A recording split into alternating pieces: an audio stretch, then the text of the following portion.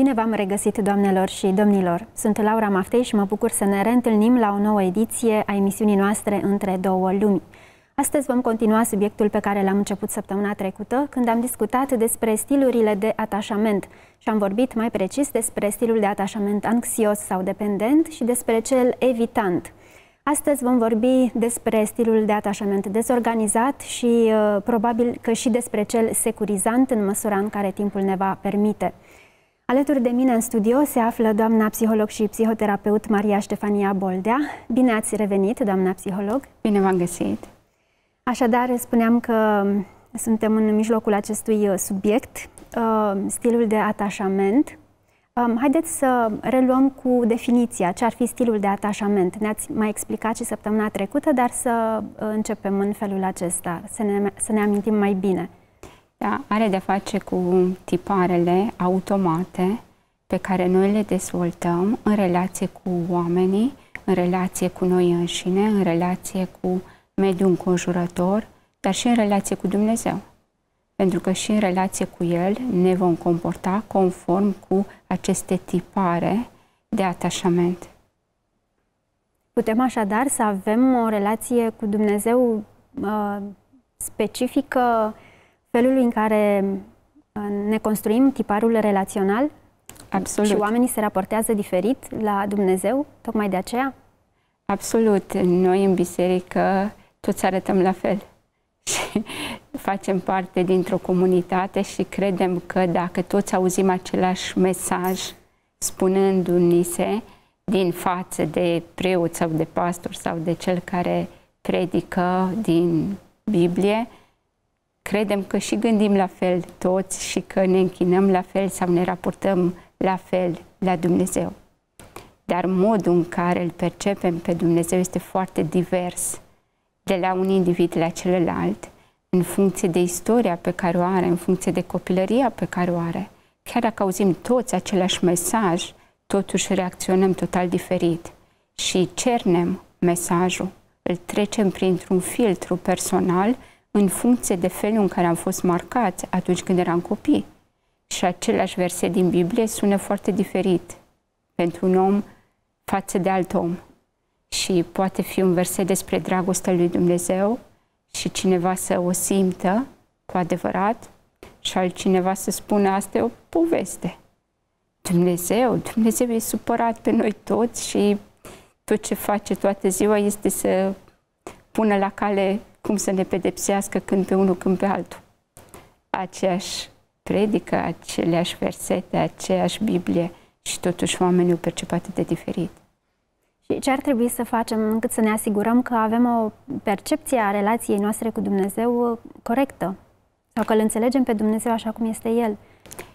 Din fericire, nu ține de emoțiile noastre lucrul ăsta.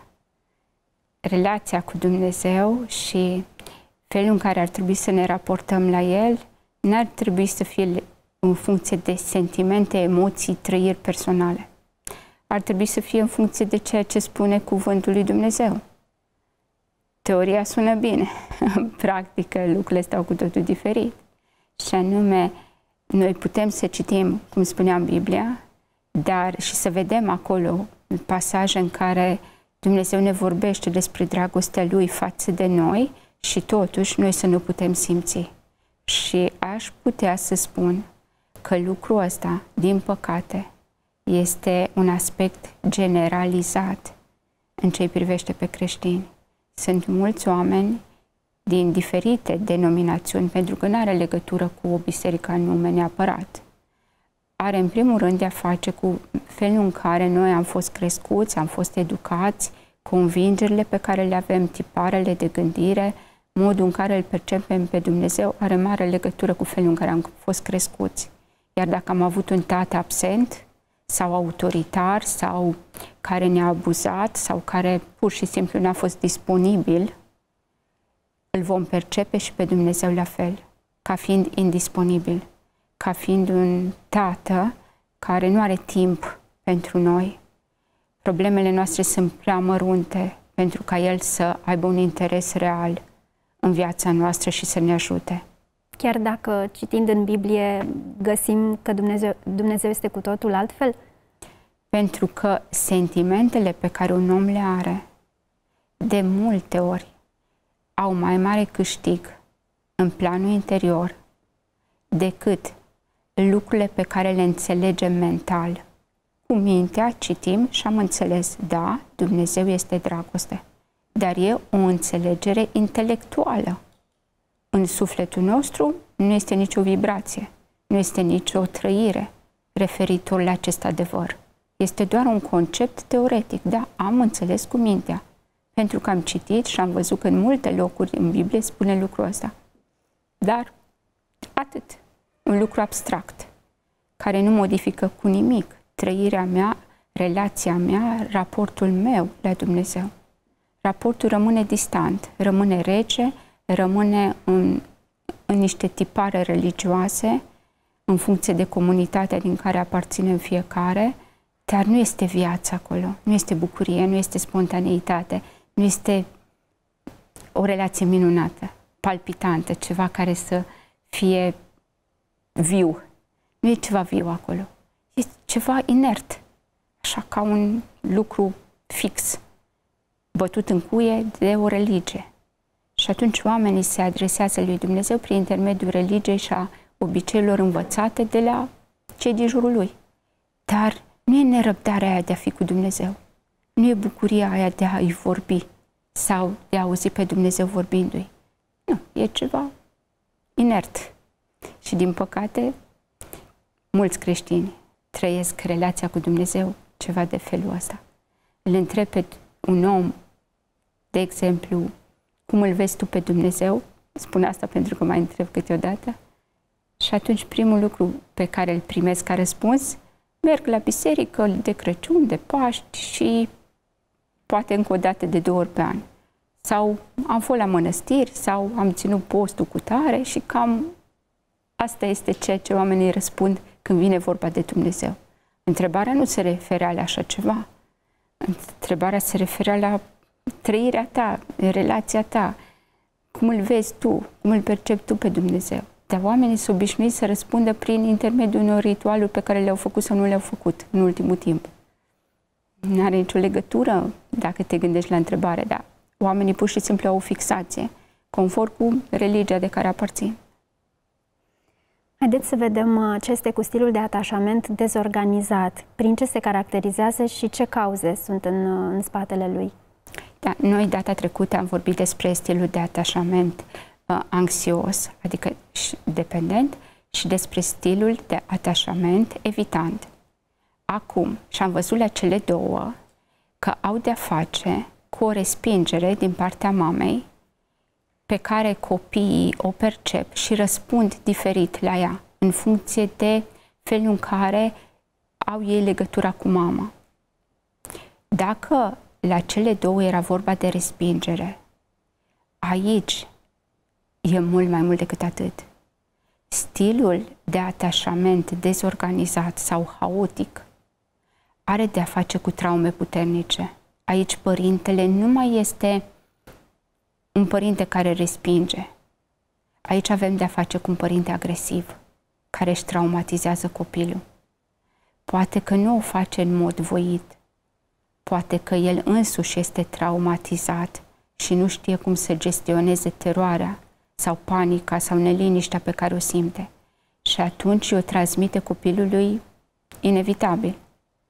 La teroare, la frică, copilul va răspunde dezvoltând acest tip de atașament. În relație cu un părinte terorizant, Copilul vrea să scape, pentru că fiecare copil asta își dorește, să supraviețuiască, este instinctul de supraviețuire. Dar unde să fugi când cel care te protejează este abuzatorul? Unde poți fugi ca și copil? N-ai nicio șansă. Și atunci rămâi acolo. Dar are loc dezvoltarea acestui stil de atașament. Copilul suferă. Ca urmare, atașamentul acesta este dezorganizat. Este de la o extremă la cealaltă. Și atunci poate să fie vorba și de dependență de partener, dar poate să fie vorba tot aici și de a agresa pe partener. Pe același om pe care îl iubești, pe același om îl urăști. Și poți să le rănești foarte tare. Este foarte bulversant. Este acel om care nu-și poate controla emoțiile. Este posesiv și în același timp agresiv și violent. Și trece de la o trăire la alta, de la o extremă la alta, producând, bineînțeles, foarte multă confuzie, atât pentru el însuși, cât și pentru partenerul lui. Există însă, din fericire, și oameni care au un tipar de relaționare sănătos și un stil de atașament numit în psihologie securizant. Nu toți oamenii au relații defectuoase și moduri de a se raporta la alții greșite. Ce este cu acest stil de atașament securizant? Bineînțeles că este frumos, este un stil de atașament în care omul are încredere. Prima dată despre asta e vorba. Faptul de a avea încredere în tine și după aia de a avea încredere în oameni. De ce am încredere în oameni? Pentru că știu că orice ar face un om, eu pot să gestionez lucrul respectiv. Dacă mă respinge, pot să gestionez respingerea. Dacă se comportă frumos și mă apreciază, eu pot să gestionez aprecierea. Dacă îmi face loc în viața lui, eu mă bucur să fac parte din viața lui. Trăiesc bucuria momentului, trăiesc bucuria unei relații și nu mi-e teamă de oameni.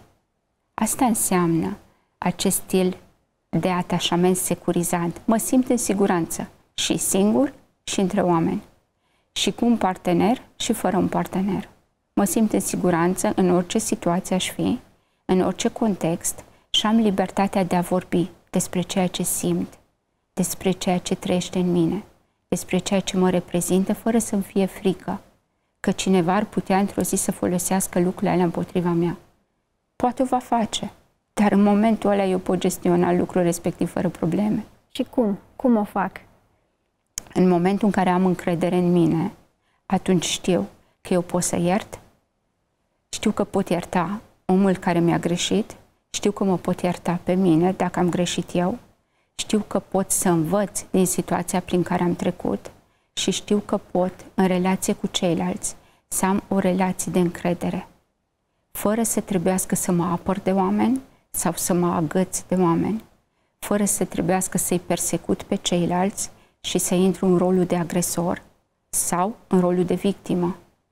Nu mai am nevoie de lucrurile astea. Sunt liber să-mi exprim nevoile. Mi le cunosc și mi le pot exprima, dându-i libertatea celuilalt ca la nevoile mele să răspundă așa cum el consideră de cuvință, fără să-l constrâng, fără să-l intimidez, fără să-l manipulez, să fie după cum îmi doresc eu. Nu. Îi dau libertatea de a fi și el, așa cum simte, așa cum își dorește, fără să folosesc vinovăția ca să-l țin lângă mine. Îi dau libertatea de a fi el însuși. Și dacă își dorește să plece, are libertatea să plece. Dacă își dorește să rămână, are libertatea să rămână. Adică e genul de om relaxat. Sunt oamenii plăcuți, pentru că nu vor să ia ceva de la tine. Întotdeauna omul anxios, omul care este cu atașamentul dezorganizat sau omul care este evitant, direct sau indirect, ei vor ceva. Vor de la tine ceva ce lor le lipsește. Pe când acest atașament securizant nu vrea să ia ceva de la tine. E relaxat, e liber, se simte bine în pielea lui și se bucură dacă ești cu el și se bucură dacă nu ești acolo. Și atunci tu nu simți că celălalt vrea să fure ceva de la tine, să smulgă ceva cu sila de la tine, să te constrângă într-un fel și să te aibă la mână. Te simți liber. Liber să te comporți în preajma lui, așa cum simți, știind că el nu te va condamna, știind că el nu te va obliga, știind că el nu va folosi împotriva ta niciodată lucrurile pe care tu le destăinui. Este pur și simplu un sentiment de siguranță. Și sunt oamenii cei mai plăcuți de pe pământ. Nu trebuie să fie oameni frumoși din punct de vedere fizic, dar când un om îți dă sentimentul de siguranță, atunci te poți odihni în preajma lui. Poți să fii tu însuți, fără să trebuiască să pui o mască, să pari interesant, să pari deosebit, să pari bogat, să pari nu știu cum, nu. În preajma unui astfel de om poți să fii tu, cu defecte, cu calități, cu unicitatea ta, cu modul de gândire care poate e mai special, ca să zic așa. Poate că ai lucruri mai ciudate în minte, ok, ești acceptat așa. Și asta e minunat. Asta înseamnă să fie avut o mamă care își acceptă copilul așa cum este. Deci aici este secretul. Sună bine, sună bine. De obicei, mamele ce vor de la copii? Să fie prelungirea lor, să gândească ca ele, să simtă ce simt ele, să vorbească ca ele, să aibă aceleași priorități, să fie la fel. Dacă s-ar putea să fie la fel, nu ăsta e scopul. Scopul nu este să-l facem pe un copil după chipul și asemănarea noastră. Când unui copil îi se dă voie să fie diferit, asta întotdeauna relaxează și îl face să se simtă în siguranță, chiar și în lumea asta în care noi trăim, care nu este o lume foarte primitoare neapărat, dar ne putem simți bine în lumea asta. Se simte copilul în siguranță, dar pentru mamă e greu să simtă aceeași siguranță, dând libertate copilului. Da, este un punct critic în care e important dacă ea poate să-și dea seama că e greu să facă asta și să o facă într-un mod conștient. Pentru că în momentul în care o mamă își cunoaște emoțiile, își cunoaște trăirile și pur și simplu se observă, în momentul ăla, emoțiile alea deja pot să fie echilibrate, nu 100%, dar într-o măsură suficient de mare încât să nu fie controlate de emoții, ci să poată ea să controleze emoțiile într-o anumită măsură. Și atunci eu mereu spun asta mamelor. În momentul în care copilul tău vrea altceva, în momentul în care copilul tău e diferit sau pur și simplu îți spune că nu are nevoie de tine, tu ca mamă cum te simți în clipa aia? Poți să apreciezi că copilul tău s-a făcut mare și se descurcă singur sau te simți dată la o parte?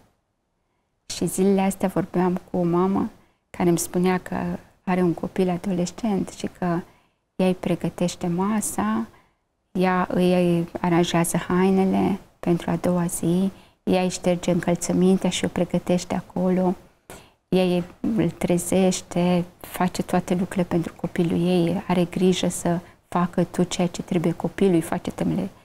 Sunt mame care fac temele toată viața la copil. Da. Deci genul ăsta de mame foarte protectoare și foarte pline de griji față de copil. Clar că nu îi vor da libertatea acelui copil. Da? Povestea un băiat care acum deja e bărbat în toată firea, dar este foarte timid și povestea despre un jurnal pe care l-a găsit al mamei și care scria mama despre el că el este iubitul ei. Deci îți dai seama câtă libertate putea avea acel copil dacă mama făcuse din băiat iubitul ei și ești sublim, ești extraordinar, ești cel mai minunat copil din lume și ești la superlativ și chestii de genul ăsta spuse de o mamă pentru băiat. Bineînțeles că băiatul ăla la rândul lui devine dependent de mamă. Doar că vine vremea în care el în mod normal ar trebui să facă pași fiind independent, nu tot legat de mamă.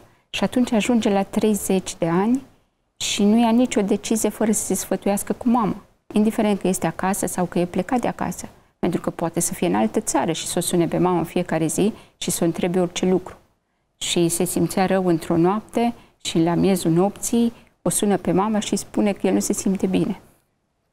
Nu se poate la 30 de ani să-ți suni mama că nu te simți bine. Și ea din Constanța l-a sculat pe soț și au plecat la el unde locuia în noaptea aia. Atunci, chiar dacă soțul a doua zi trebuia să meargă la muncă, nu conta, trebuia să meargă la băiat, că băiatul nu se simte bine. Deci niște chestii ciudate care se întâmplă, din păcate, între mame și băieți. Și o mamă cum ar trebui să învețe să dea această libertate copilului? Cum și când? Ne uităm ce vârstă are copilul ăla. Pentru că sunt sarcini pentru vârsta de 3 ani, potrivit cu vârsta lui. Sunt sarcini pentru un băiat de 10 ani, sigur, diferite, conform cu vârsta pe care o are. Dar când are deja 30 de ani, nu se mai pune problema unde ar trebui să-l lase liber. Asta înseamnă că dacă, de exemplu, are 14 ani, sunt o infinitate de lucruri pe care le poate face singur și chiar se cere să le facă singur. Nu mai trebuie să stea mama să se uite în ghiozdan dacă copilul și-a pus cărțile și caietele care trebuia sau dacă și-a făcut ghiozdanul. Niște lucruri absurde, da, pe care mamele, din păcate, le fac. Ce ore ai? Ce teme ai? Ți-ai scris tema? Și el este la liceu sau faze de genul ăsta, adică nu se poate, sau să-i ștergi papucii și să-i pregătești la ușă, chiar dacă el e adolescent și mai mare ca tine și tu să faci toate lucrurile pentru el ca mamă. Nu se poate lucruri de felul ăsta. Și atunci când el va ajunge adult, se va căsători, dar nu se va sfătui cu soția lui, ci se va sfătui cu mama. Ce să fac în situația asta? Să mă duc acolo, să nu mă duc, să merg la interviul acela, să nu merg, să fac cu tare lucru, să investesc acolo sau să nu investesc. Și întreabă pe mamă. Bineînțeles, asta va fi sursa unor conflicte în cuplu fără sfârșit. Pentru că nicio femeie nu se va simți bine în rolul de soție dacă soțul ei se consultă cu mama ce să facă în diverse situații. Dar cunosc astfel de cupluri. Adică le aud povestindu-mi lucrurile astea la cabinet. Revenind la stilurile de atașament, găsim corespondențe între acestea și tiparul de relaționare al personajelor din Biblie? Dacă ar fi să ne gândim la stilul de atașament securizant și sănătos, am putea să-l vedem pe Iisus ca personaj care a exprimat atât de frumos încrederea în Tatălui, dar încrederea în El ca Fiul de Dumnezeu, ca Fiul lui Dumnezeu și ca unul care este în siguranță chiar în mijlocul dușmanilor Lui. A putut să fie înconjurat de oameni care l-au răstignit, care l-au dușmănit și totuși El știa cine este.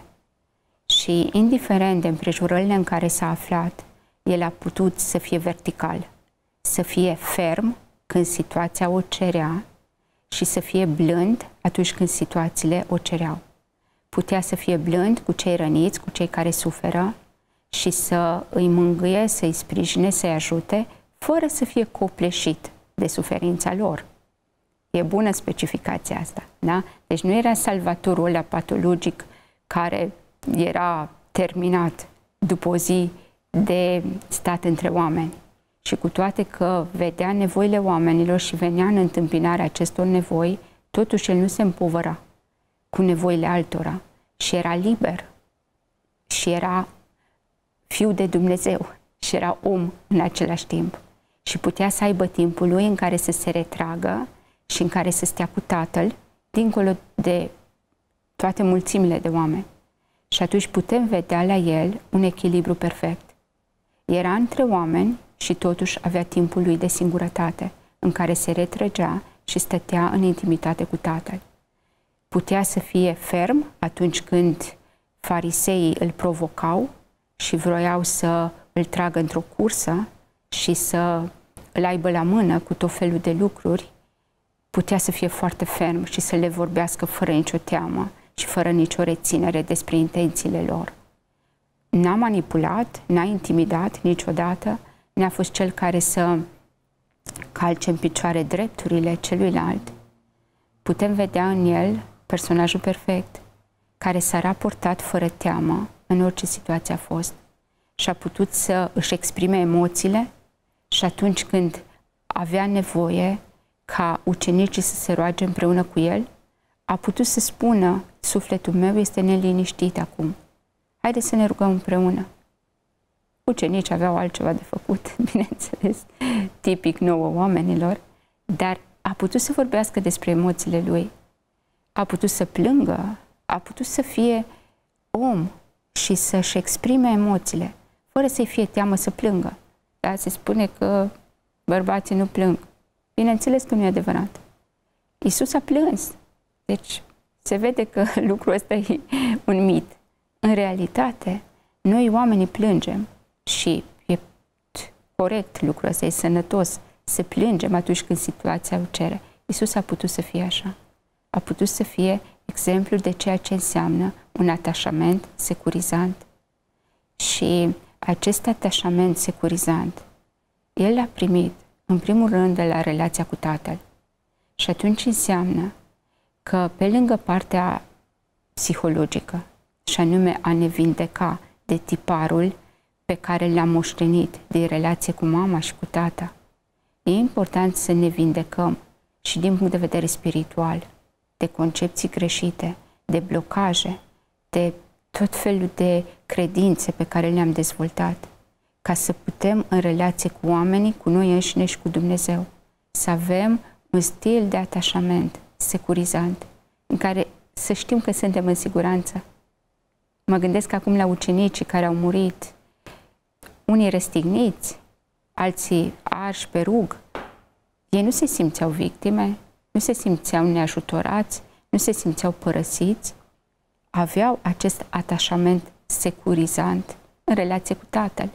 Ei știau, Dumnezeu este aici, Dumnezeu este aici, nu sunt singur, mă pot baza pe El. Și indiferent, cum spunea David, chiar dacă ar fi să trec prin valea umbrei morții, nu mă tem de niciun rău. De ce? Pentru că Tu ești cu mine. Și spunea asta lui Dumnezeu. Să trecem prin vale este specific nou a tuturor. Dar să știi că acolo, când ai ajuns în vale, Dumnezeu este cu tine, asta nu mai este specific tuturor, din păcate. Este ușor sau este greu acest proces în care învățăm prin relația cu Dumnezeu să dobândim un stil de atașament securizant? Nu cred că este greu sau ușor. Cred că are de-a face cu deschiderea noastră. Un om poate să audă vestea bună a mântuirii astăzi și astăzi să simte dragostea lui Dumnezeu, abandonându-se cu totul mâna Lui. Sau un om poate să crească într-o biserică conservatoare în care să-i se predice tot timpul din Biblie și totuși în sufletul lui să aibă o rezistență, stând împotriva dragostei lui Dumnezeu, datorită fricii lui și datorită faptului că preferă să stea la distanță de o apropiere cu Dumnezeu. Doamna psiholog, vă mulțumim pentru aceste explicații pe care ni le-ați dat. Vom continua săptămâna viitoare vorbind de data aceasta despre stilurile de comunicare. Doamnelor și domnilor, vă mulțumim și dumneavoastră pentru atenția cu care ne-ați urmărit. Am fost în aceste minute împreună cu doamna psiholog și psihoterapeut Maria Ștefania Boldea. Eu sunt Laura Maftei și vă dau întâlnire peste o săptămână la aceeași oră. Rămâneți cu bine!